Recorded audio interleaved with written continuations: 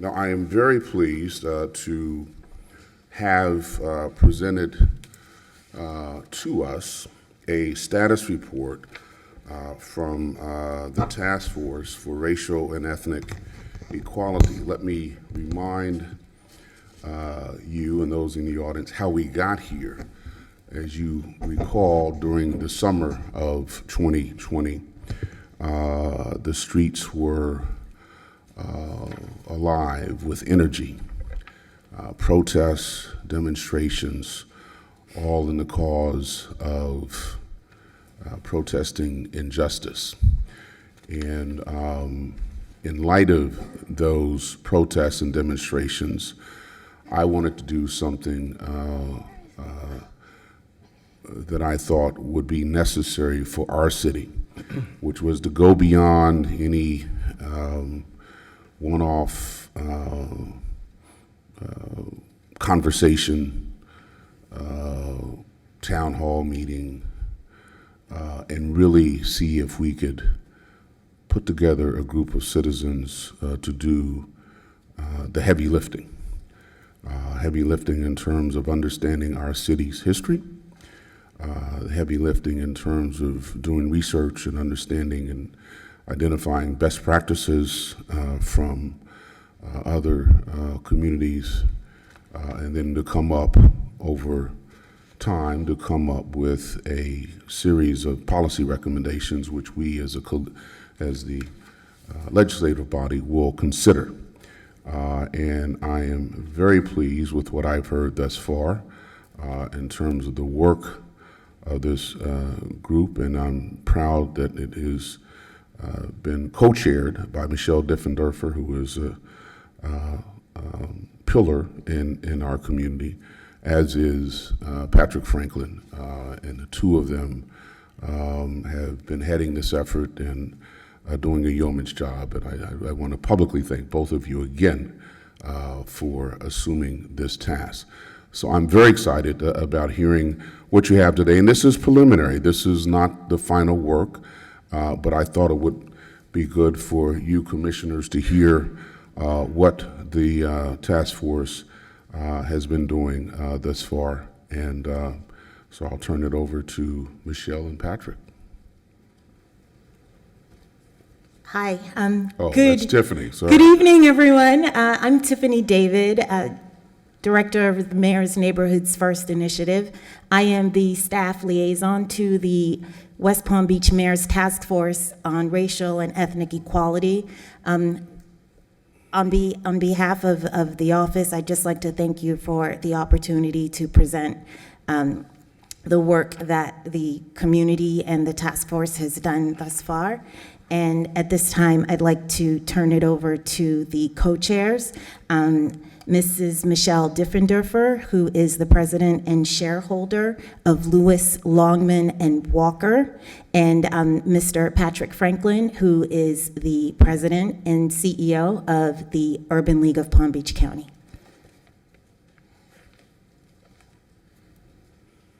Thank you very much, Tiffany. Good evening, City Commission, Mayor. Good to see you all. Thank you so much for having us here tonight. So we've divided this up, Patrick and I and Mr. Robinson, who you'll Could you make sure you speak into the mic, because we're sorry. That's okay. I'm never usually quiet, sorry. All right, well, let's get this show started. First of all, I wanted to introduce you all, not necessarily in person, because not everyone could be here tonight, but to the task force members. There's 2 pages here, and I'm not gonna list every single person out, but we have a great cross-section, as you can see, that the mayor is appointed to the task force. Some representing chambers, the state attorney's office, public defender, the chief of police office. So as you can see, there's a good cross-section. Here's the second page with the remainder of our task force. Couldn't have hoped, Patrick and I, for a better group of enthusiastic people that have been working with us from the outset. Good. Mayor, Commissioners, good evening. We have been working on this for a while, and it's a pleasure to come here and give you a report. Our task force was divided up into 5 subcommittees. The first subcommittee is criminal justice, to identify racial and ethnic disparities in West Palm Beach's criminal justice system. Education and Workforce Development is the second subcommittee to identify racial and ethnic disparities related to education and workforce development. Finance, Banking, and Industry is our third one, which we're looking at disparities when it comes to finance and mortgage and banking, jobs and industry here in West Palm Beach. The fourth is Health, to identify health-related racial and ethnic disparities in West Palm Beach. And then the last one is Real Estate and Housing, as we look to identify why there are disparities in our housing throughout the city, especially in our low-income areas. Our subcommittees are to research and identify opportunities to learn and raise awareness of the history of systemic patterns of racial and ethnic inequities within the city, best practices to address systemic patterns of racial and ethnic disparities, which we're going to look broadly across as we look into not only in our area but in other communities, and then policy and funding sources available to address systemic patterns of racial and ethnic inequality. Thank you, Patrick. Our co-chairs of the subcommittees are all task force members, and we see them, they've really taken ownership of their subcommittees. We have both of them attending all their subcommittee meetings. Here you have the listing of the subcommittees, the co-chairs for each, and then the members of those subcommittees. So there are members of subcommittees that are not members of the task force. We've identified the task force members there with the letter T. So that gives you a cross-section of who's heading up each of these subcommittees, what the focus is, and the membership of each of those subcommittees. Next up, we'd like to introduce you to someone that is the company's Justice and Sustainability Associates, and Mr. Donzell Robinson is here with us this evening. He's the Chief Operating Officer and Principal, and he's our facilitator along with his team members who have just been indispensable to the task force, and Patrick and I and Tiffany. And so it's just a thrill for us to actually meet Donzell in person. He's come down, driven all the way down to Florida to meet all of us. I just wanted to let you meet him here. And do you want to come up, Donzell? Okay. All right. So they're basically helping us. This is a huge endeavor, as you might imagine, not something that just regular citizens like Patrick and I can necessarily, well, Patrick could probably do it, but not me. And it really helps to have paid people. We appreciate the city hiring a consultant to really bring this together, really help us with the action summits, and help us with the engagement with the community, because that is the goal, to really make sure that the community is putting their voices out to us, that we are hearing from them, taking that message straight to you, so that this is not just the task force itself, but we're a conduit for that information. So where have we been and where are we going? The mayor set forth this task force by executive order back in July. Then he spent a couple months getting applications out to the world, letting people know about it, getting folks nominated and appointed to the task force. So we had our first task force meeting in October, and then had our first subcommittee meetings happening in November. And then bang, we had an action summit in December. And it was wonderful. To do a virtual summit is not an easy feat. Thank you, Mr. Robinson and his staff have been doing these around the country during COVID. And despite it being the holidays and short notice, we got a very good attendance at this Action Summit and got some really key information that you're going to see in this report this evening. So we then went in January to have another task force meeting, and all the subcommittees met, many of them met twice, to really assimilate, understand the information that they received at the Action Summit, the priorities that were given to us by the community. And now what you'll see going forward from this evening is the task force and the subcommittees will continue to work, research, assess and understand these priorities that have been given to us from the community. We're in the due diligence phase, getting research, having presentations by city staff, the police office, and we will continue to have monthly progress reports to the mayor, and then we're gearing up for another Action Summit in June with a lot more lead time to really increase our numbers. Our goal is 1,000 attendees, which is pretty optimistic, but hey, it will be wonderful if we get that.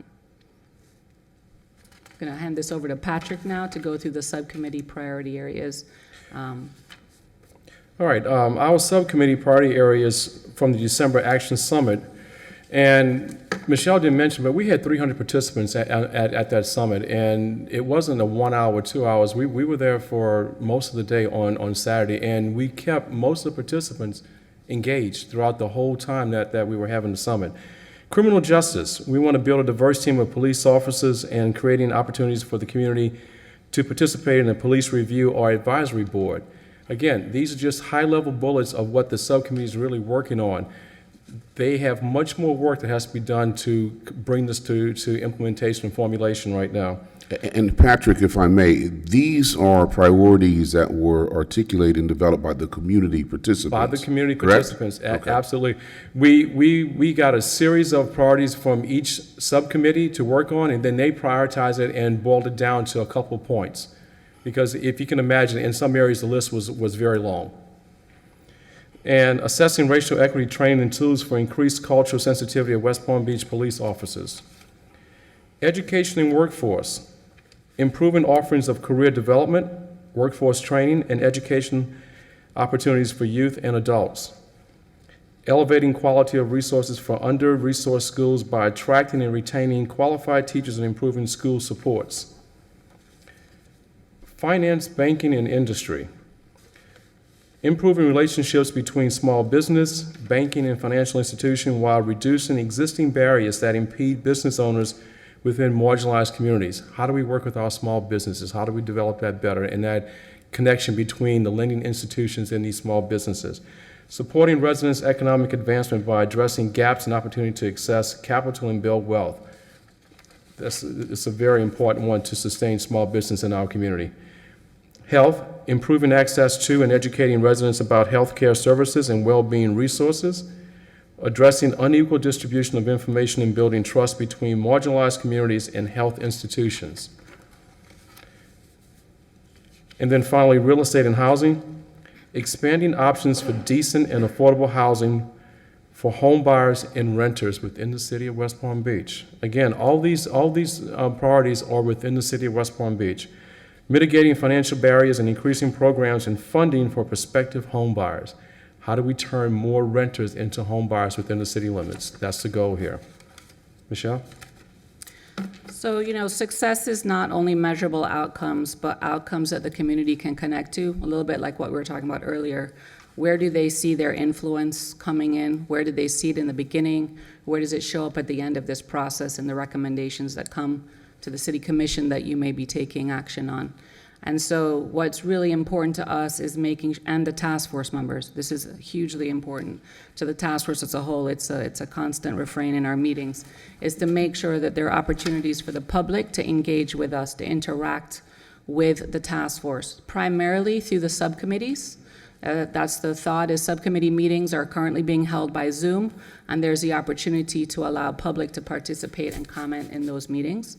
And then obviously the task force meetings are held monthly as well. There's an opportunity there for the public. Obviously they're all open to the public, and some of those meetings the public will be able to participate in them. JSA will also be working on a monthly newsletter, kind of reporting out the progress on what the task force has been working on. And then they've been working with city staff on social media that will go along with this, including iterative polling, surveys that would go to the community to just keep checking in to make sure we're going to the right places, doing what we need to be doing. And then obviously this June Task Force Action Summit will be an important next step. Many of the folks that participated on December 5th were eager to hear when the next summit would be. They wanted to see how their issues would be addressed. One group I sat in on, I tried to jump around, wanted to keep meeting in between and keep talking about their issues on education and community. It was very, very powerful. So this is a pledge, this is a request to the public. Please come to our task force subcommittee meetings. We really want to see you there. Our co-chairs are there to welcome you and to engage you as a stakeholder in this process and to participate with us. And obviously, when we get this action summit put together on June 12th, we want to see all of you there. Bring your friends and neighbors. So good evening, Mayor and Commissioners. My name is Donzell Robinson. I know you looked at the picture before and the person before you and like, what happened? So this is what happens when your barber won't cut your hair until, he gets his own shot. So as Michelle talked about, the next Action Summit we want to hold is on June 12th. So just to kind of frame that up, the first Action Summit, we had 4 weeks to put together. As we indicated, it was, end of the year. Weather in Florida was still 80 degrees on the weekends. It's 80 degrees today. I got to tell you, it's sleet and rain where I'm from. So, I'm happy to be here. Don't tell my wife I said that because I should be home preparing to shovel. But so when we look at, the opportunity to take, the time that we have and, really put this together, then we absolutely can get 1,000 individuals at the next summit. And as Patrick talked about, we're not talking about a summit where we're just talking at people for an hour and a half. These summits are set up that they actually last 4 hours. And people, we spend about 45 minutes talking to them, giving them the outcomes, but they actually spend time in small groups having those conversations. And so during the first summit, we asked them 3 questions. For each of the 5 areas that the mayor has set forth, the policy areas that the mayor has set forth in his task force, what would you like to see as the big achievement from this task force?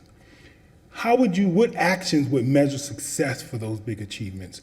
And what do you see as the biggest challenges to that? And the reason why we asked them that question is because we want them to have a realistic approach to solving the problem.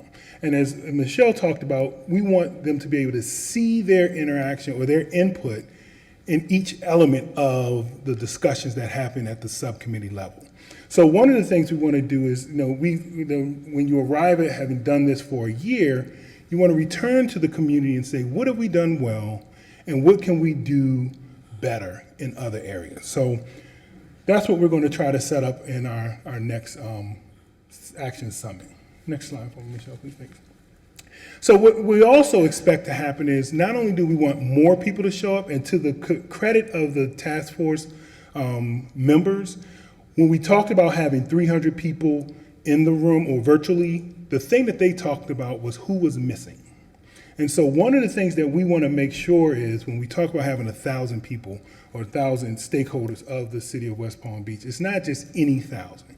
We want to make sure that 1,000 aligns with the demographics, right? And so I think it's, you all have 18% under the age of 20. We would like to see 180 people under the age of 20 participate in that Action Summit. So we want to make sure that the demographics of the city align with the participation in the Action Summit. But not only do we want that many people or the quantity of people, but we want the quality of people. And so one of the things that has happened is we set up the website to educate and inform community members about the issues of the task force. And so through the Office of Community First Initiative, with the research and our staff, we've curated this website that looks at each subject area, the overarching best practices, the current situation in the city of West Palm Beach, Florida, and the nation, and how do we adapt those best practices to work here?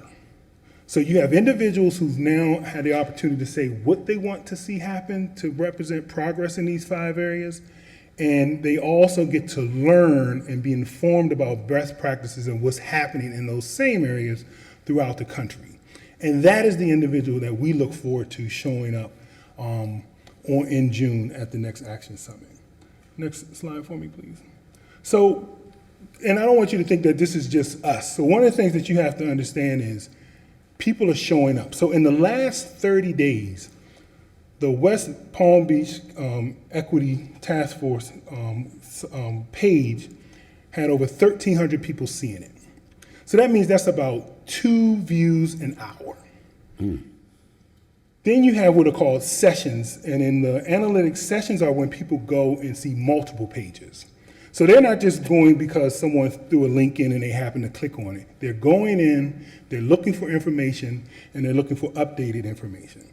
And what you have to see is it also shows that from the last 30 days, that's an increase. And what they're really looking at are for their input, right? Because the most popular pages are the subcommittee pages, right? And in fact, We looked at, so one of the things you can do is look at analytics for pages in an area. And I can tell you, during the holiday, from the time that the Palm Beach Action Summit was held, the following 30 days, there was only one page related to West Palm Beach that had more hits, and that was the holiday trash pickup schedule.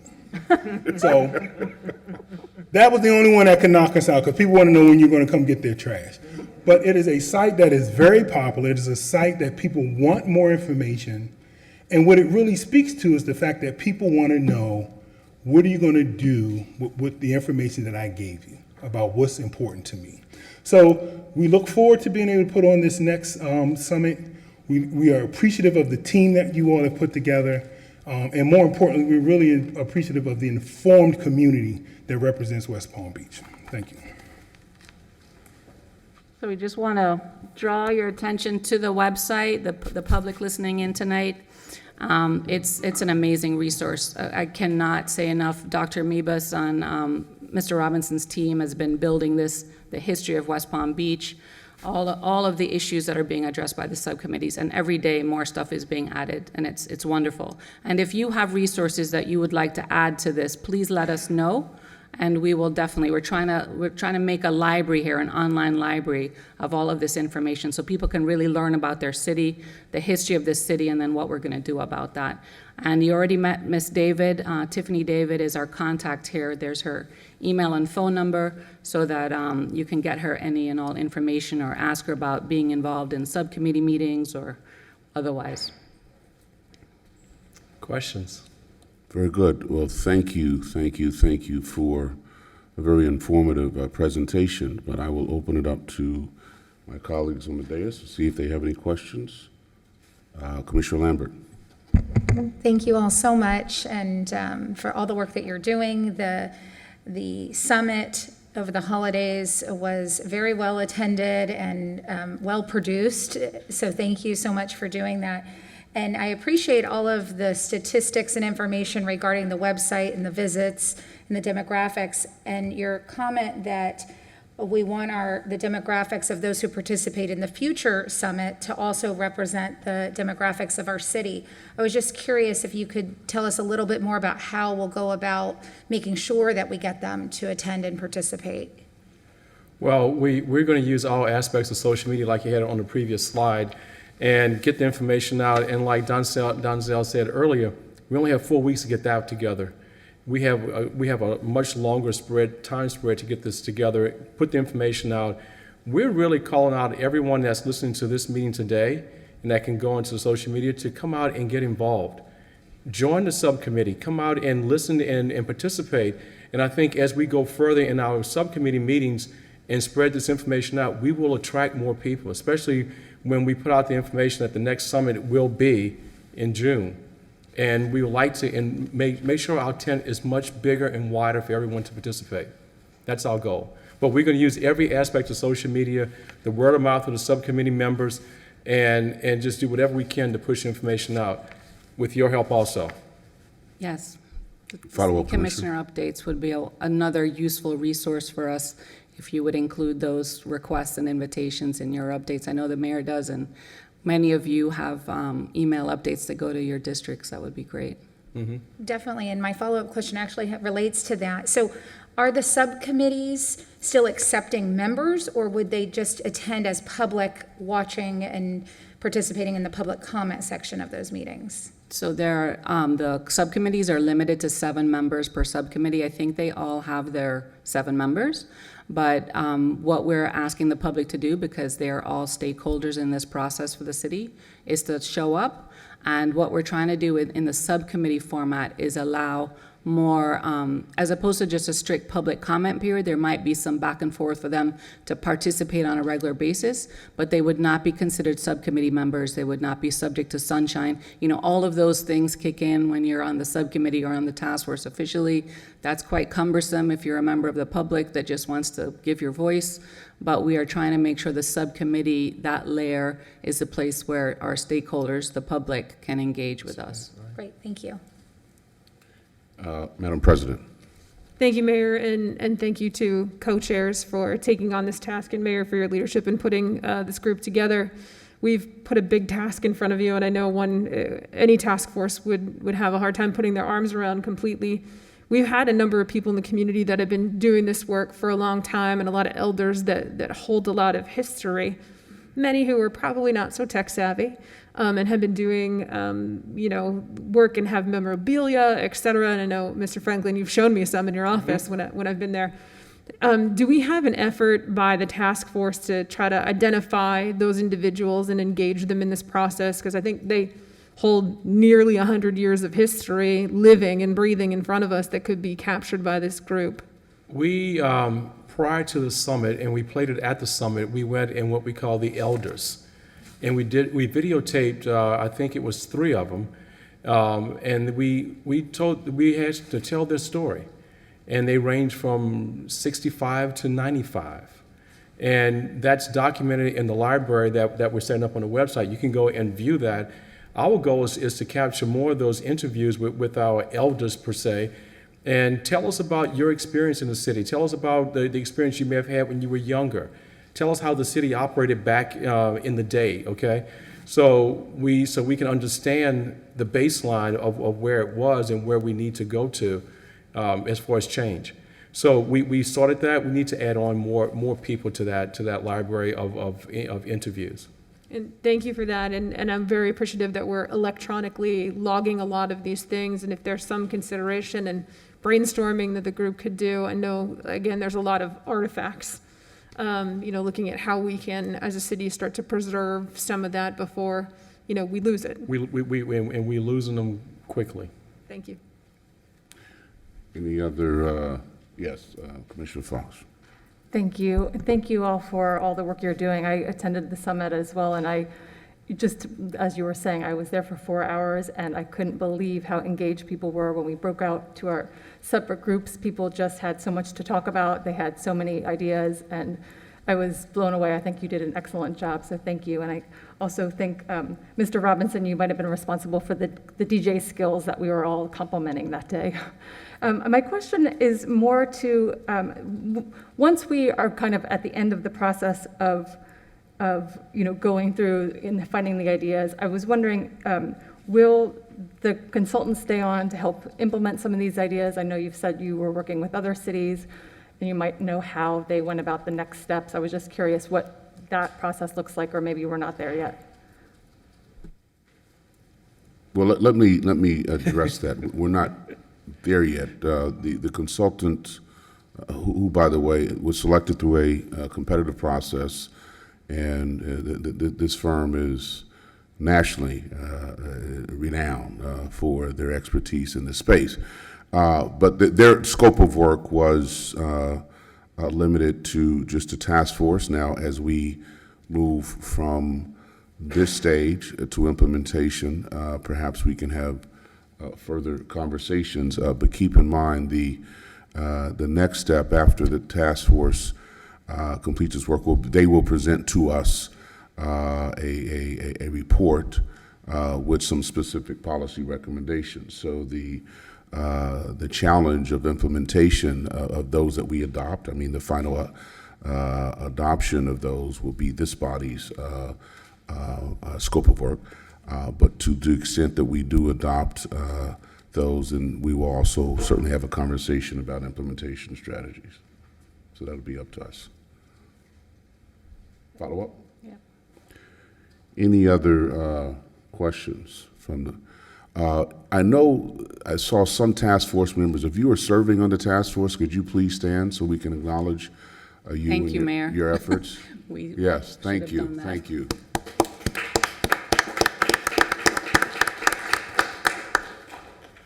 And thank you again, Michelle.